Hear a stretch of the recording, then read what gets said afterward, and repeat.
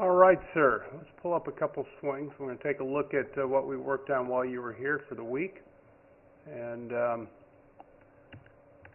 a starting point. And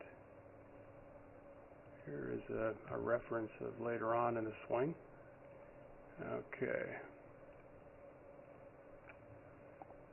So initially, Chris, when we came in, you had a tendency of just arcing the back a little bit more than what you are right now. We worked on that.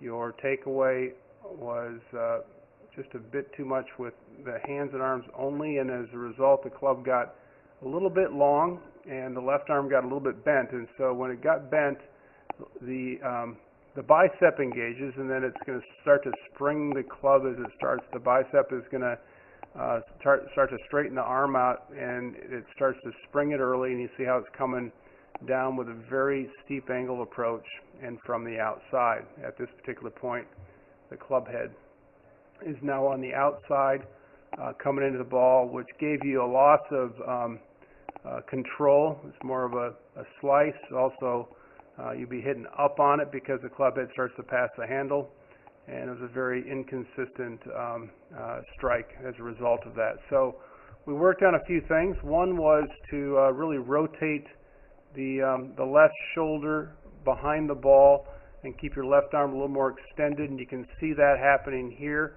with your backswing. I love the way that now you got a nice straight left arm position, and the club is still in view right here. It didn't get down below your hands like it did before.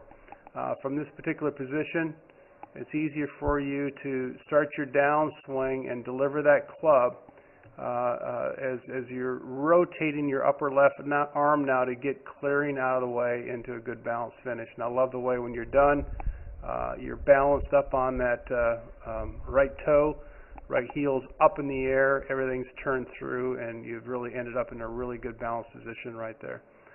Good work. I gave you a couple drills to work on. Let's take a look at a couple of them. The first one is with your right hand underneath your upper arm, just holding it there. I wanted you to feel left arm only swinging and feeling like it was rotating back to a thumb up position at this particular point, and really getting the sensation the upper left arm is rotating down and through on the downswing, and you're doing a good job of that. You notice as you're doing it, the club is tracking right down your shaft plane line and releasing out to the target, both club and center. Now make sure when you're doing this, you chase it with your right hip shoulder turn and get that right heel up in the air a little bit more. Still hanging back a little bit when you're doing the exercise. So keep everything unwinding through the shot like you want it to in a golf swing. Second drill was your upper left arm is being held by your right arm and the right hand, and then you're rotating through the shot.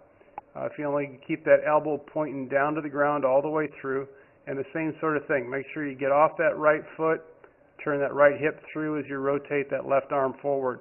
Right now it's kind of stalling out a little bit, and that's a little bit of what you're doing in the golf swing as well. So exercise these drills correctly, and you're really going to start to develop better feel, better body pivot, and certainly better weight transfer. So again, practice it less with hitting balls right now, more with the drills, because it's going to condition the new formed habit. Make sure you use the concept of think box, play box, because that's certainly going to help you consciously think about what you want, then get in there and just trust it. Let it go. Let's focus on the feel that you currently are working on, and then just let it go. Trust the rest of it to kind of flow through. And I guarantee you do that, and it's going to help you improve your technique and turn into what we call a conscious competent very quickly. Until next. Hi, I'm Brad Brewer, PGA professional. See a lot of people that struggle by trying to get the club into a good position. They're really focused on acceleration, and acceleration is important, but more important than acceleration is angle of approach. And so I'm going to talk a little bit how we can do that. And the tendency that most people get is they try to swing the club forward before they start to shift, and that throws them out of sequence and also causes a cast.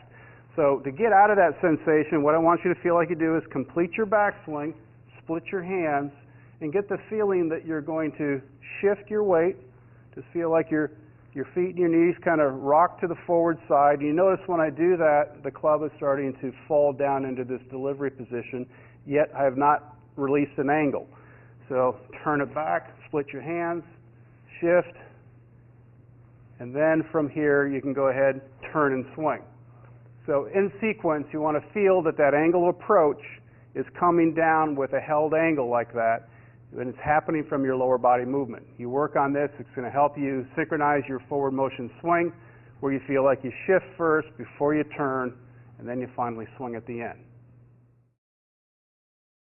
Hi, I'm Brad Brewer, PGA professional. I've got a great drill that's going to help you improve your weight transfer.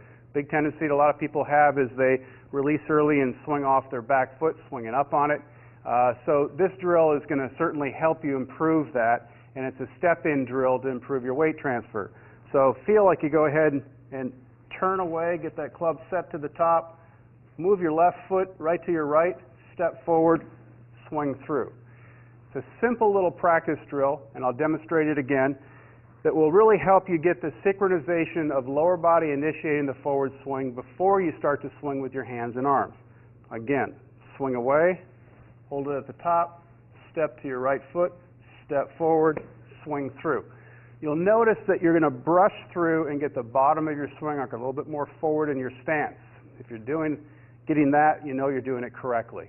You work on this, and I'll guarantee it's going to help you improve your weight transfer and get a lot better strike on the golf ball.